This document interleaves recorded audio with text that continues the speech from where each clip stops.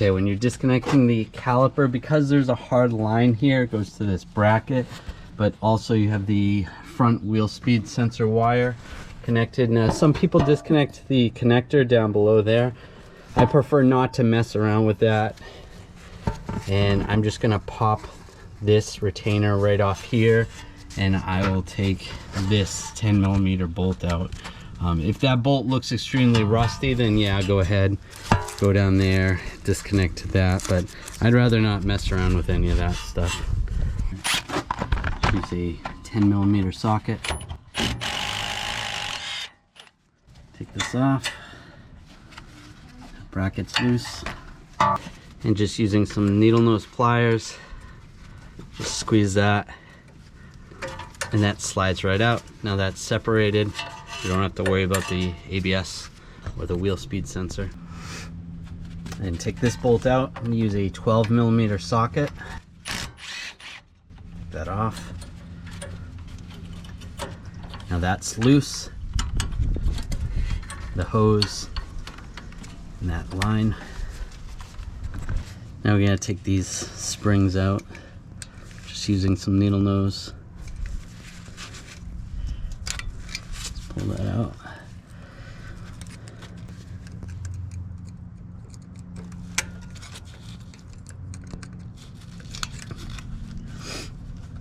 Slide that out, and you've got one down here. Slides out there, just like that. Sometimes you have one at the top. This one doesn't. This one just has one at the bottom. Take a little punch, and we'll just push these pins out. Just give them a tap.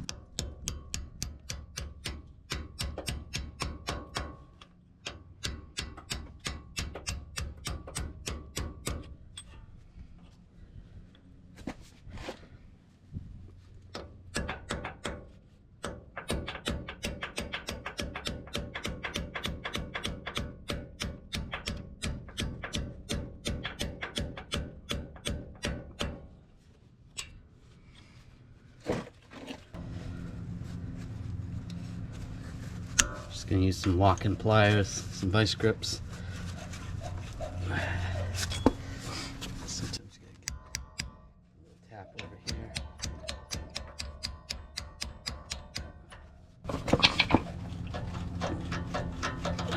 Just pull it.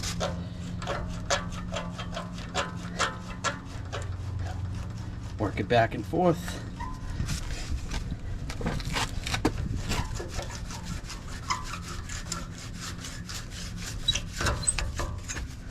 Same on the bottom one. Oh, this one's stuck on there pretty good. I'm gonna need a better punch. Just punch it.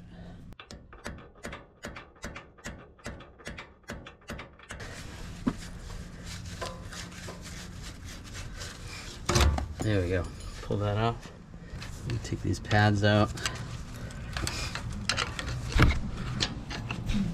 Try to get in between the pads and the rotor. Just pry them out a little bit just to compress the piston.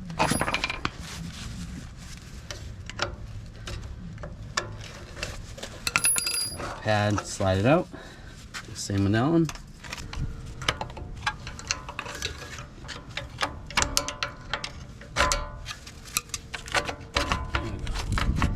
Slide that out.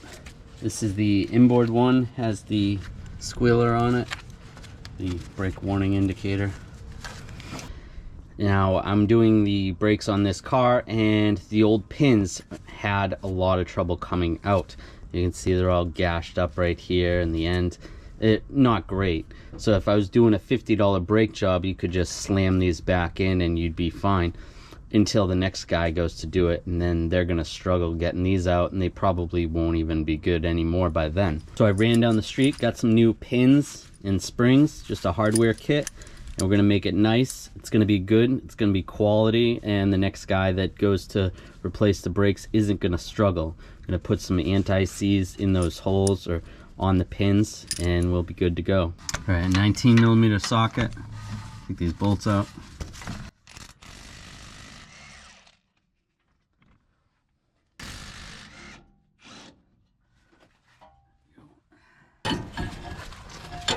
Just use a brake caliper hanger.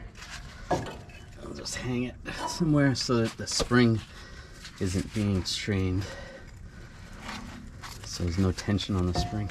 I mean, whatever, you know what I'm saying. And I'll just hang it there so there's no tension on the brake hose. All right, here's another rust belt problem. You have rotors, they're stuck on the hubs.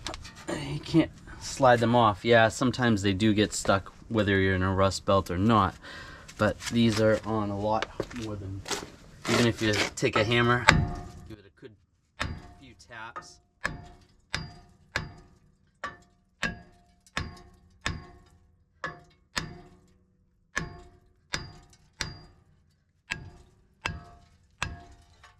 Those aren't coming off. Luckily, this vehicle, we have a couple areas where you can thread some screws in.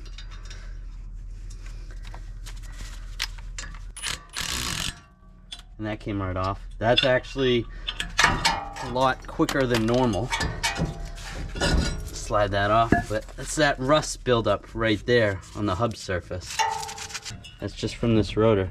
This vehicle is a 2018. It's not even that old. Look at that rust. And we're gonna wire brush this, clean this all up.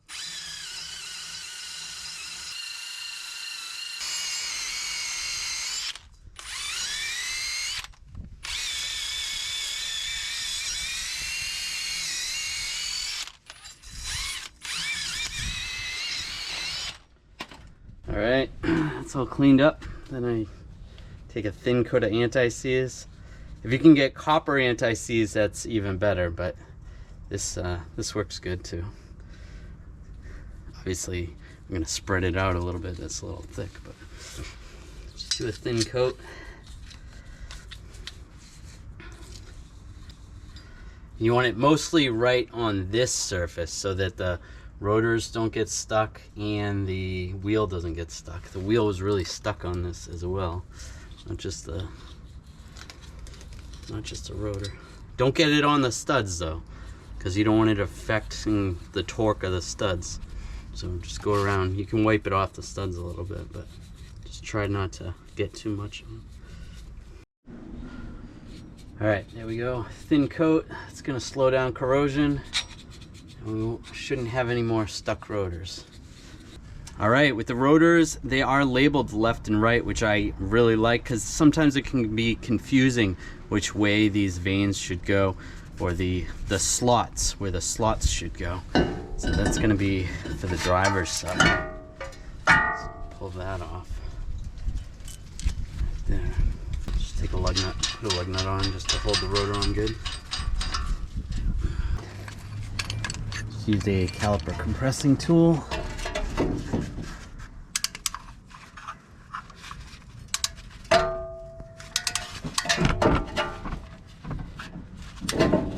Oops. And slowly compress the caliper. Go just nice and slow, and push the fluid back through.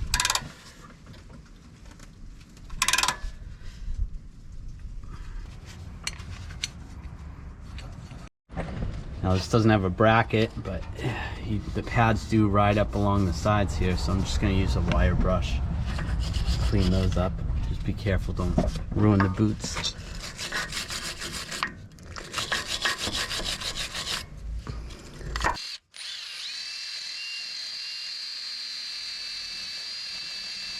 Make sure the pads slide nice in there.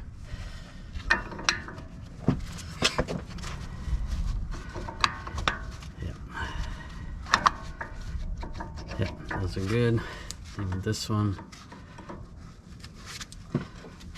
Just gonna use a thin coat of silicone just where the pads are gonna slide, just to prevent the corrosion.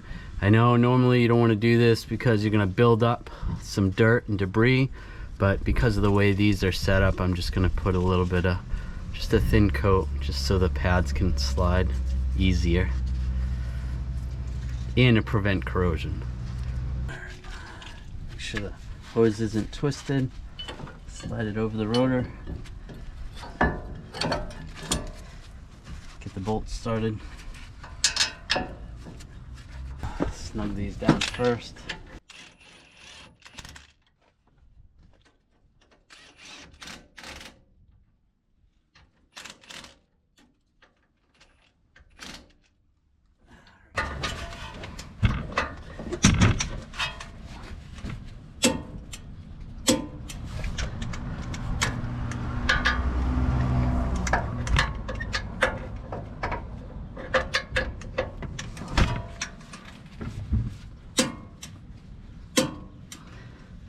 All right, where the pins go, I'm gonna clean those up with a wire brush. I have a small wire brush.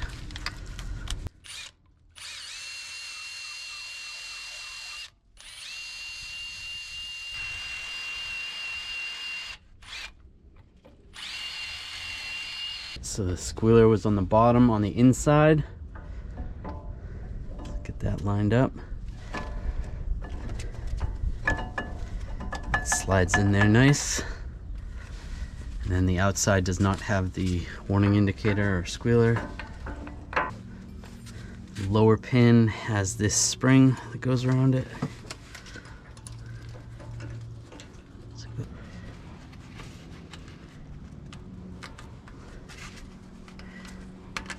All right, there we go. Spring looks good. And we need this inboard spring. Gonna go through the pins. I'm gonna have to rotate the pins, find the hole. It's in there. And go through the center. It's all in. All the springs are in. All the pins are in. We're good. You're gonna do the same on the other side, and then put these bolts back in. Make sure that's lined up.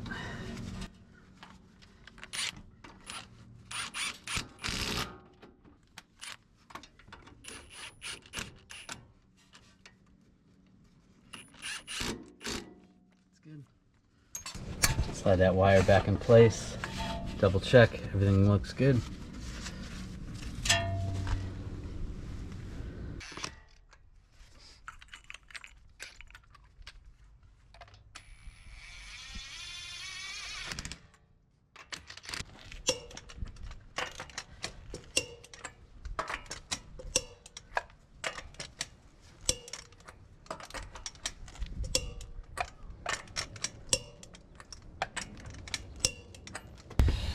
Make sure you pump the brake pedal nice and slow.